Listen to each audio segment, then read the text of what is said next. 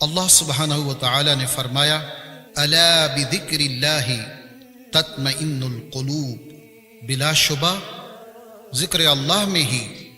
دلوں کا سکون ہے۔ سوال یہ ہے کہ ذکر اللہ سے دلوں کو سکون کیسے ملتا ہے؟ الحمدللہ رب العالمین وصلی اللہ علی سیدنا محمد وعلی آلہ وصحبہ وسلم اجمعین۔ اللہ سبحانہ و تعالی نے قرآن کریم میں فرمایا کہ فاذکرونی اذکرکم، تم میرا ذکر کرو تو میں تمہارا ذکر کروں گا، واشکروا لی ولا تکفرون، اور تم میرے شکر گزار بن جاؤ اور ناشکری مت کرو۔ ذکر کرنے کی وضاحت حدیث قدسی میں اللہ نے فرما دی کہ جب میرا بندہ میرا ذکر کرتا ہے تو میں اس کے ساتھ ہوتا ہوں۔ اگر وہ میرا ذکر اکیلے میں کرتا ہے تو میں بھی اس کا ذکر اکیلے میں کرتا ہوں، اور اگر وہ میرا ذکر کسی محفل میں کرتا ہے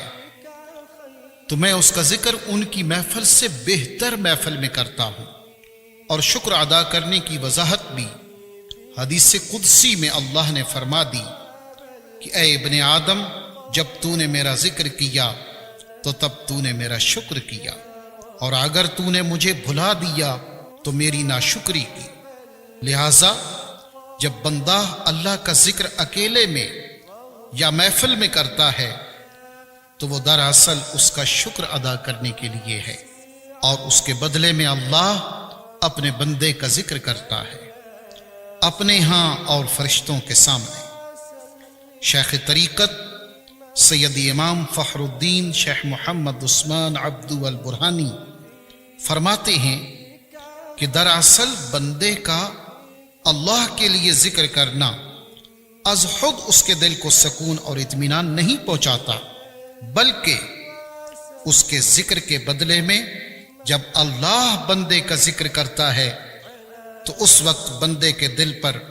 سکون اور اطمینان نازل ہوتا ہے، جیسا کہ اللہ نے فرمایا وَلَذِكْرُ اللَّهِ أَكْبَرُ،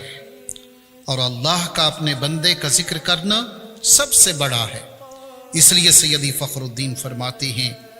کہ یہ ذکر ہی سب سے بڑا ہے جب اللہ اپنے بندے کا ذکر کرتا ہے۔ اسی طرح اللہ سبحانہ و تعالی نے فرمایا وَاذْكُرِ اسْمَ رَبِّكَ وَتَبَتَّلْ إِلَيْهِ تَبْتِيلًا، اور اپنے رب کے نام کا ذکر کرتے رہے اور ہر ایک سے کٹ کر اسی کے ہو کر رہے۔ یہ آیت مبارکہ مکی دور کے ابتدائی ایام کی ہے،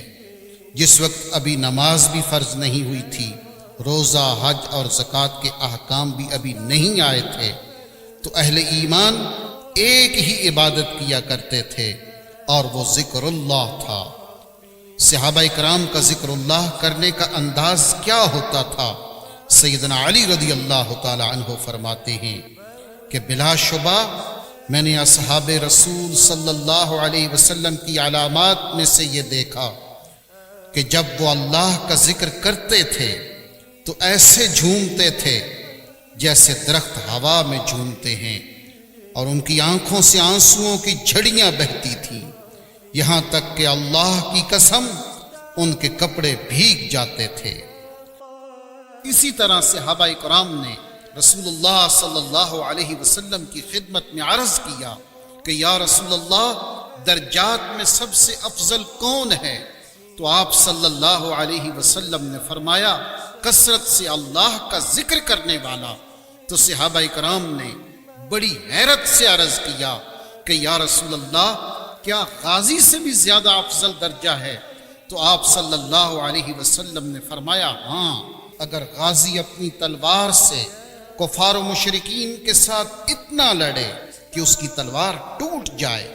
اور وہ خون میں رنگ جائے، تب بھی کثرت سے اللہ کا ذکر کرنے والوں کے درجات اس سے افضل ہوں گے۔ اسی طرح انسان جنت میں پہنچ کے بھی جس چیز پر افسوس اور حسرت کرے گا وہ کیا ہے؟ نبی صلی اللہ علیہ وسلم نے فرمایا جنت میں جانے کے بعد اہل جنت کو کسی چیز کا افسوس اور حسرت نہیں ہوگی، سوائے ہر اس لمحے پر افسوس ہوگا جو اللہ کے ذکر کے بغیر گزارا ہوگا۔ قیامت کے دن کی حسرت سے بچنے کا اور قلبی سکون پانے کا واحد حل یہی ہے کہ ہم اپنے آپ کو تبدیل کریں، اور تبدیلی انسان کے اندر سے آتی ہے، اور اس وقت تک حقیقی تبدیلی ممکن نہیں جب تک کہ انسان اپنے آپ کو نہ بدلے۔ اس لیے اللہ سبحانہ و تعالی نے فرمایا ان اللہ لا یغیر ما بقوم حتی یغیر ما بانفسہم، بے شک اللہ کسی قوم کو تبدیل نہیں کرتا یہاں تک کہ خود اپنے آپ کو تبدیل نہ کرے۔ تو اس لیے پیارے دوستو، آؤ ذکر اللہ کی طرف لوٹ آئیں، آؤ تزکیہ نفس سے کامیابی پائیں، آؤ اپنے اندر تبدیلی لائیں، آؤ معاشرے کو بہترین بنائیں، آؤ اسلام کو دوبارہ عظیم بنائیں، آؤ اس عظیم مقصد میں ہمارا ساتھ دو تاکہ ہم سب مل کر اس پیغام کو پھیلائیں۔ اللہ سبحانہ و تعالی ہم سب کو ذکر یعنی ذکر اسم اللہ کی حقیقت کی سمجھ عطا فرمائے، اور ہمیں اسم ذات اللہ کے بلند و اعلیٰ کلمہ کے ذکر کی کثرت کی توفیق عطا فرمائے، تاکہ ہمارے دلوں کو دائمی سکون اور اطمینان